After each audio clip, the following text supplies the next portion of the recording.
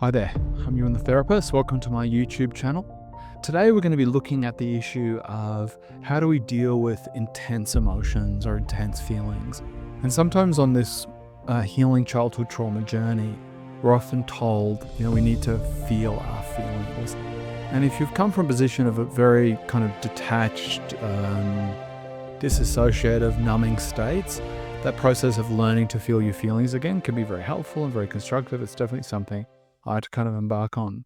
But there are some of us that kind of end up a little bit on the other end of the spectrum where it's not, we don't feel our feelings enough. It's like we feel too much, too quickly, too intensely, to the point it feels very dysregulated. It feels like we don't have a lot of control over how our emotions come out and the way they come out. And what I'd like to explore in this video is what are some of the things we can do that can reduce that a little bit, or feel like it brings back a sort of a deeper sense of agency in terms of our own emotional regulation.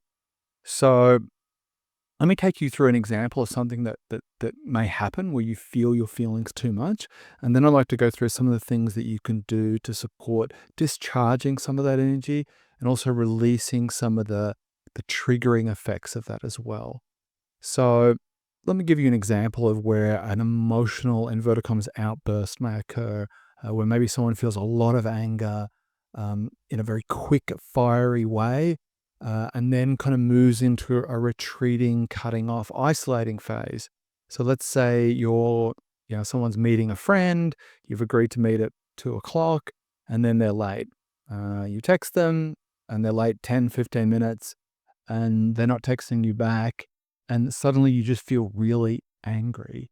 There's this feeling of something's being triggered in you, where it feels that they're being dismissive, they're being rude, and you're then working yourself up into this really intense emotion of feeling really angry because there's a kind of a rejection and shame that's kind of being triggered. They arrive, you're really angry, you have, inverted commas, an outburst. They're kind of freaked out. And then it turns out maybe they couldn't get their phone. And there's this sense of my reaction feels disproportionate to the problem. Like my anger doesn't quite match the severity of what's occurred. And then we feel bad, we pull away, we retreat, and then we go into another cycle. And this is what's called feeling emotionally dysregulated, where it feels like our emotions balanced, or they don't feel like in proportion to what's occurring.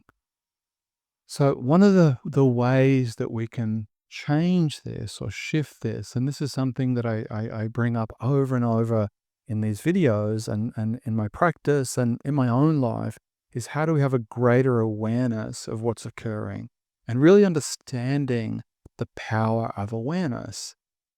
Because if we're not aware that this is going on and this is being triggered, and my anger isn't really related to this person being late, it's really got nothing to do with that, then that's the beginning of things changing. If we don't have that, we really think I'm angry because they're late and da da da, and we're justifying it, then there's very real room for change, because then it feels like I'm outsourcing the problem to my externalities, rather than the awareness to begin with is there something here in me that I need to understand better?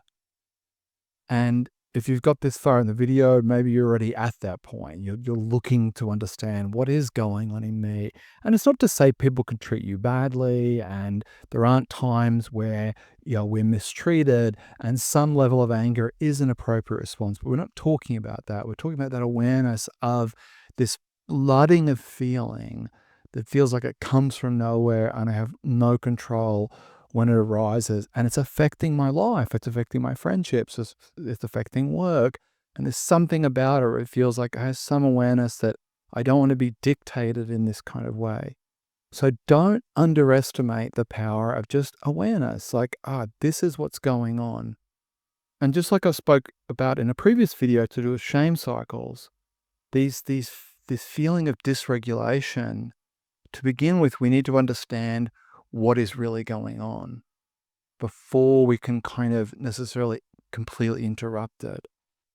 And to start with, that awareness piece of I'm aware that when someone is late, it feels like a rejection, and that feels like something happened at some point in my childhood where I felt unloved, uncared for, and this is reconfiguring that or re-triggering that. And my anger is a way to protect me from that hurt. So the moment we get a sense of this is what's going on, there's a deep fear in me of being abandoned and a deep fear of being unloved. And this anger is like a protective force. The moment we get a sense of that, then even as it's happening, we can have some witnessing rather than complete identification. So that's the first piece of just trying to be aware, to bring awareness to like what is going on here without necessarily trying to change it or adapt it or delete it, just to be aware. Here it is. This is what I do. This feels like why I do it, and this is what it's connected to. Now, in terms of disrupting the actual anger itself, there and then, there are a lot of things in DBT or dialectical behavior therapy that can support that. They recommend putting your head in a bucket of water. I mean, ice water. How practical that is when you're in these kind of moments is another thing. I think on a practical level, that awareness piece where you start to say, okay, I can feel this is coming up. And rather than getting into the story, I'm going to ground myself in my breath. I'm going to bring myself back to the body. I'm going to slow my breathing down. The second thing we can do is to reach out to someone there and then that we feel is regulated. This is what happens when we're children and we have angry outbursts, and an adult sits with us and brings us back into rhythm with their own regulation. This is called co-regulation. And if you have a friend or you have someone that you can kind of interrupt that with, that can help co-regulate you, that's something that's also very constructive. Nature is a force of co-regulation. So put your hands on a tree, jump in the river, a pool, whatever it may be, to make direct contact with nature is a natural co-regulator. Nature is not stress. Nature is not dysregulated. So that process of regulating ourselves through that. But all these techniques to some degree and these interruptions and these discharging practices, none of them really can work. And this is why sometimes a lot of these things can just be theoretical, like, yeah, it's in the middle of this, journal or do that. But the most powerful piece, they're only workable if we start to feel like we want to interrupt it a little. We have this awareness that this is without self-blame and without self-criticism, but this thing in me where I do this thing isn't related to external reality. It's something in me. And once you get that piece, once you start to get some separation from the event and your reaction and what's occurring, where you're able to witness it, even if it's a fraction, then these other techniques can be implemented. But if you don't have that piece and you really still feel like this is to do with what's going on out there, then you're not going to do any of these things because your anger is justified and it's not a problem. So to me, the most powerful thing to work on is the awareness. And this is where like a sitting practice can really help, because while we're not in this state of dysregulation, we're not triggered, we're practicing bringing awareness to phenomena that arises within us. Then that muscle of awareness develops and builds up in times where we're not triggered. So when we are, we've almost like developed that capacity.